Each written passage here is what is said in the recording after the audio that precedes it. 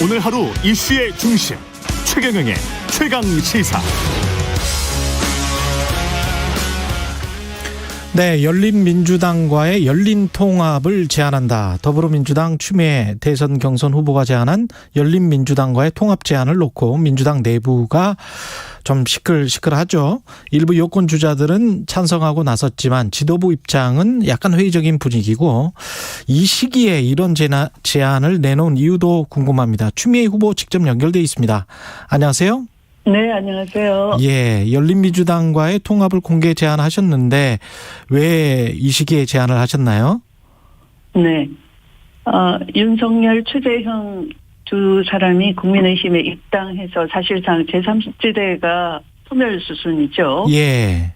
내년 대선이 1대1 양강 구도로 양당 구도로 치러질 가능성이 높아졌습니다. 예.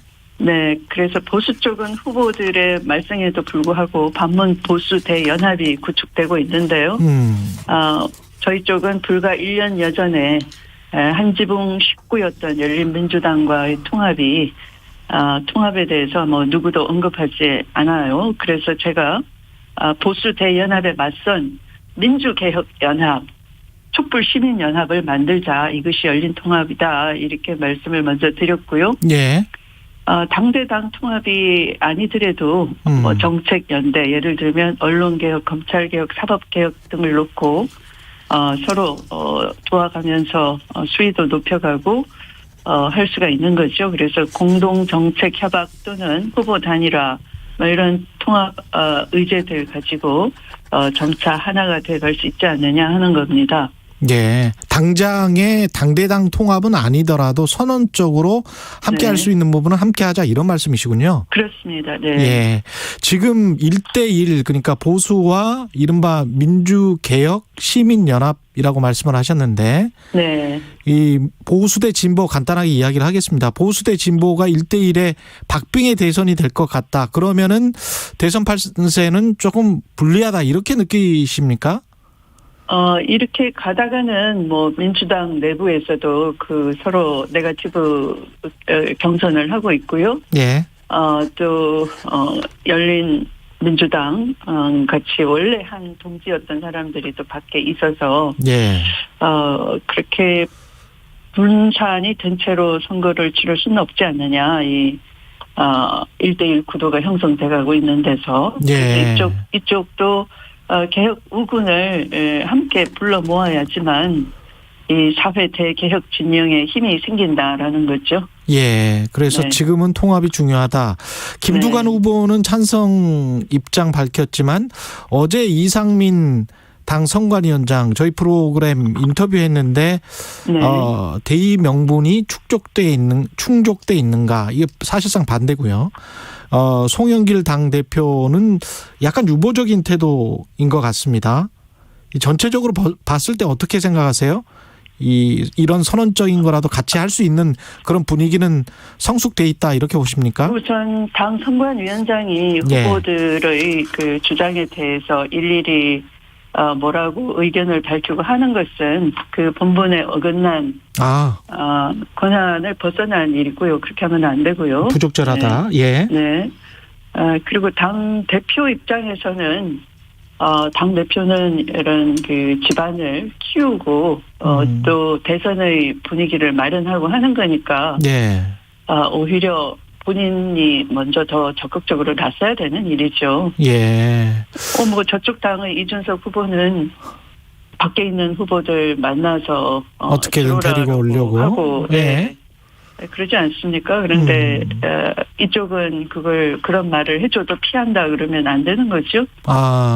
네. 근데 이제 일부의 언론은 열린민주당과 통합을 하고 하면 이게 플러스 마이너스 플러스가 더 클 것인가에 관해서 약간 좀 비관적으로 보는 이야기도 하더라고요. 어떻게 보세요? 이런 시각은? 당연히 플러스가 되죠. 왜냐하면 당연히 플러스가 된다. 열린우리당의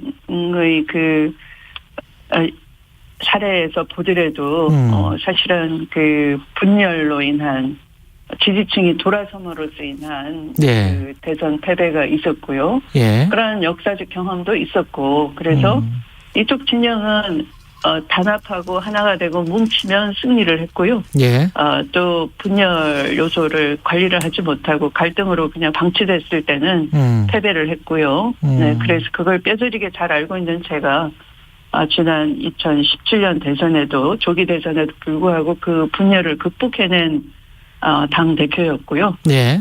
그 경험을 다시 상기시켜 드리면서 하나가 되자 하는 겁니다. 이 당 지도부의 결정이 중요할 것 같은데 열린민주당의 최강욱 대표는 공식 제안이 오면 네. 전당원 투표로 결정하겠다 이렇게 화답은 했습니다. 그러면 네.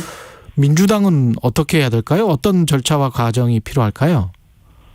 민주당도 역시 그런 사실은 민주당에 달려있지 않겠습니까? 그럴 것 같습니다. 네. 예. 그러면 민주당 지도부도 그런 경험상 당원들에게 호소를 해야 되겠죠. 예. 우리가 분열했을 때는 패배를 하고 하나가 됐을 때는 승리했던 그런 당이다. 우리가 지금은 문을 열고 이 사회개혁 대진영에 모이라고 해야 된다. 예. 라고 분위기를 마련을 하고 또 예. 거기에 대해서 당원의 입장을 묻고 하는 절차를 가는 것이 좋겠죠. 그래야 되겠죠. 이재용 삼성전자 부회장이 가석방으로 풀려났는데요. 네. 어느 정도 예측은 됐었던 사안이죠. 어떻게 보세요? 저는 예측은 하진 못했고요. 그러셨어요? 네. 예. 안 될 거라고 보셨어요? 아니, 우선 역사적 흐름이 있는 거잖아요. 그러면 불과 5년 전에 촛불을 들어서 예. 적폐청산을 얘기했고요. 또 국제사회 시각도 한국이 그런 부패 방지를 위한 노력, 적폐청산을 통해서 해왔다 해서 높은 평가를 줬죠. 예. 네, 그렇다면 이 국제사회에 보내는 우리 사회의 신뢰자본 형성이라는 것도 있고, 그래서 쉽게 그렇게 가석방을 할까? 또 형량도 지극히 낮았다고요. 예. 네, 그러니까 가석방이 필요 없을 정도의 형량이었다. 아주 극히 낮은 예. 형량인데, 예. 그걸 뭘 가석방을 할까? 저는 그렇게 생각을 했죠. 그러니까 겨울쯤에 나올 수 있는데 여름에 네. 그냥 당겨서 나온 거죠. 네. 예. 깃털같이 가벼운 형을 선고한 것도 감당 못할까? 솜털같이 가볍게 공정을 날려버립니까? 이게 이제 방금 말씀하신 그런 말씀을 비판의 목소리로 SNS에 내신 거잖아요. 네. 예, 근데 법무부는 이런 결정을 해버린 겁니다. 그리고 이게 국가적 경제 상황과 글로벌 경제 환경에 대한 고려 차원이다. 이렇게 이야기를 했는데, 네. 이게 맞다고 보세요? 이런 설명이? 전혀 가당치가 않죠. 네. 가당치가 않다. 네. 예. 우선 가석방 요건을 대폭 낮춰서 그것도 코로나 때문이다라고 하는데요. 그냥 위인 설법이죠. 이 내용을 위해서 예. 법무부가 규정을 그렇게 낮췄다라고 보는 시각이 있는데 그게 맞는 것 같고요. 일종의 그런 사전 정지 작업을 해놓지 않았을까 이제뿐이라는 것이고 또 이 사안의 본질은 회사 경영을 위해서 무슨 불가피한 피치 못할 사정이 있었다 경영상의 이유다 이런 게 아니고요. 예. 박근혜 전 대통령과 최순실 씨에게 자신의 경영권 승계를 위해서 국민연금을 동원해달라 그런 청탁을 빌미로 해서 예. 무려 86억 원 상당 뇌물을 제공한 혐의잖아요. 예. 네. 그런데 그 형량이 깎아줄 감형 사유가 감형 인자가 없어요. 감형 인자도 그 양형 기준표에 다 정해져 있습니다. 예. 네. 근데 거기에 해당하는 감형 인자가 전혀 없어요. 네. 예를 들면 임무 위반의 정도가 경미해야 되는데 86억이라는 엄청 큰 액수고요. 예. 또 오로지 회사 이익만을 목적으로 한 경우인데 이것은 자기 자신이 경영권 승계를 해야 되겠다. 사적 이익이고요.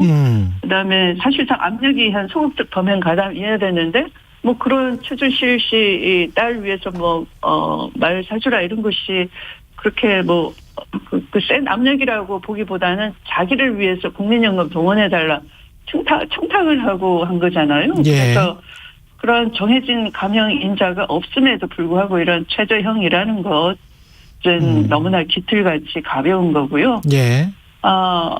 이 촛불을 들었던 분들 분노하는 것이 정경심 교수 같은 경우에 표창장 위조했다는 그 의혹 하나로 징역 4년을 선고한 사법부 아닙니까? 예.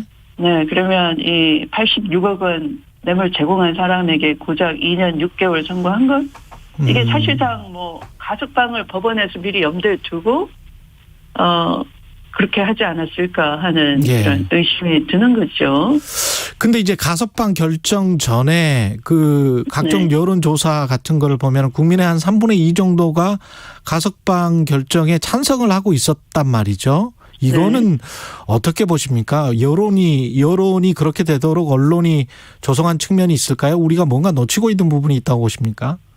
그 여론이라는 것이 뭐 사실상 보수 언론과 정치권을 주무르는 예. 사실상 재벌 권력의 힘이라고 할 수 있는 거잖아요. 예. 네. 그런 측면에서 좀 네. 그렇다. 네. 이 청와대와의 혹시 교감이나 뭐 이런 거는 있었을까요? 법무부가? 모르겠는데요. 제가 뭐. 예. 그것과 관련해서는. 예. 모르겠는데, 예. 사실은 법무부가 하는 말이 뭐 경제상의 이유 뭐 여러 가지 얘기를 아까 말씀을 하셨잖아요. 경제 예. 상황, 글로벌 경제 환경. 예. 이런 걸 법무부 장관이 고려했다라는 건데요. 예. 그것도 말이 앞뒤가 안 맞아요. 왜냐하면 법무부는 바로 예. 그 반부패를 앞장서서 예. 실천해야 하는 법무부예요. 예. 자기 부정하는 겁니다. 예. 그러니까 경제 상황에서는 사실은 국가 경쟁력이 가장 중요한 건데 나라 경제를 생각한다면 예. 국가 경쟁력이 중요한데 그 경쟁력이라는 것은 그 나라가 얼마나 투명하냐, 또 신뢰 자본을 얼마나 형성하고 있느냐 이런 예. 거예요. 예. 그래서 올해 초에 국제 투명성 기구에서 우리나라를 이 역대 최고 점수를 주고 예. 또 최고 등수를 받았어요, 우리가. 예. 그러니까 61점을 받고 33위를 했는데 이게 역대 최고라고요. 33위. 예. 네. 근데 그 이유가 뭐냐면 반부패 개혁 의지를 평가한 거고 그 중에서도 적폐청산 노력을 높이 평가받았던 거죠. 예. 네. 그런데 이 바로 그 모델이 됐던 이 대한민국 대표 기업이 정경유착을 한 것에 대해서 사법적인 그 판단과 집행을 했다라는 걸로 점수를 따놓고 반부패에 앞장서야 할 법무부가 스스로 자기 할 일을 부정해버린 거죠. 예. 네. 대선 경선과 관련해서도 좀 여쭤봐야 될 것 같은데 이재명 경기도지사의 지사직 사퇴 문제는 어떻게 네. 보십니까? 추미애 후보님은? 저는 그런 논란 자체가 예. 좀 어처구니 없다라는 겁니다. 지금 뭐 양극화나 분단 구조나 기후 위기 이게 예. 우리가 다음 세대에 물려주는 심각한 것들이잖아요. 예. 이걸 해소하기 위해서 머리를 맞대고 지혜를 모아도 힘들 판에 그 지사직 사퇴 문제 가지고 네거티브 신경전을 벌인다는 자체가 집권당으로서는 너무 참 쪼잔하다, 어처구니 없다 하는 겁니다. 이재명 개인을 떠나서. 예. 그러면 네. 논란을 불러일으킨 주체들이 쪼잔하다라는 말씀이신가요? 그렇죠. 아. 본인, 저나 예. 정세균 전 총리님은 현직도 아니에요. 예. 근데 그 문제를 거론하는 분들은 예. 국회의원이시죠. 아. 네. 그러면 그런 개혁을 대통령 되면 되겠다 할 게 아니라 개혁 입법 발의를 못하고 당대표 물러나셨으면 예. 개혁 입법 발의한다든가 뭐 해야죠. 뭐 그런 일을 하시면 되는 것이지. 예. 네, 그 다른 후보의 지사직을 거론하면서 그걸 가지고 뭐 시비를 벌이고 그쪽으로 네거티브로 끌고 간다 하는 것은 대단히 무책임한 거죠. 예. 방금 기후위기 말씀하셨는데 헌법을 개정해서 기후정의를 기본권으로 규정하자. 네. 이런 말씀도 하셨습니다. 근데 이게 무슨 말인지 좀 설명을 해 주십시오. 네. 그 기후위기라는 것이 이제 여태까지 우리 일 아닌 것처럼 예. 또 눈치상 국제사회가 그렇게 요구하니까 우리도 어떤 목표를 정해야 되겠구나. 이렇게 이제 하나의 눈치 보기 문제처럼 돼서 예. 우리 사회 인식이 그 부분에 대해서 전혀 이게 이 경각심이 없는 거죠. 그런데 9일날 IPCC라고 하면 기후 변화에 관한 정부 간 협의체예요. 네, 거기서 이 기후 위기에 대응할 수 있는 마지노선이 이 산업혁명 이전 대비 1.5도 상승하는 선인데 그 1.5도 상승 시기가 10년 정도 더 빨라져 버렸어요. 네, 당겨졌죠. 예. 네. 예. 2030년에서 2052년 정도의 1.5도 상승 시기가 올 거다 했는데 그게 한 10년 정도 앞당겨져서 2021년에서 2040년 사이에 이미 그런 마지노선에 봉착할 거다라는 거니까 저는 바로 눈앞에 봤네요. 네, 예. 네. 저는 이걸 헌법 1조의 한 상황 정도의 대한민국 민주공화국이다. 국민의 권력은 국가의 권력은 국민으로부터 나온다. 바로 다음에 이어서 예. 이 기후 정의에 대한 기본권을 그 자리에 정립을 해서 예. 이 사회적인 준비 대응 체제를 함께 갖추고 이 기후 정의라는 건 사실은 기후 정의에는 대전환하는 데 있어서 아주 중요한 문제가 기후 위기를 불러일으키지 않은 사람들이 더 많은 피해를 입게 돼 있어요. 예. 아주 불평등하게 돼 있습니다. 이 구조 자체가. 예. 그래서 기후 정의를 여기서 규정을 한번 해주고 이 민관이 함께 기후 위기에 대한 인식을 공유하고 네. 지금부터 늦었지만 지금이라도 어떤 비상계획을 국가 차원에서 전 국민 차원에서 확립하고 비상행동을 당장 실천하고 또 거기에 대한 감시기구를 두는 이런 삼박자 정책을 해야 된다라는 것을 말씀드렸죠. 그때 나오셔서 그 지대개혁 1호 공약으로 말씀하셨고 이 지대개혁은 네. 저는 기득권 개혁이다 이렇게 이해를 했고요. 네, 맞습니다. 2호 공약은 신세대 평화를 내거셨는데 이건 또 네. 어떤 구상인지 이것도 좀 말씀해 주십시오.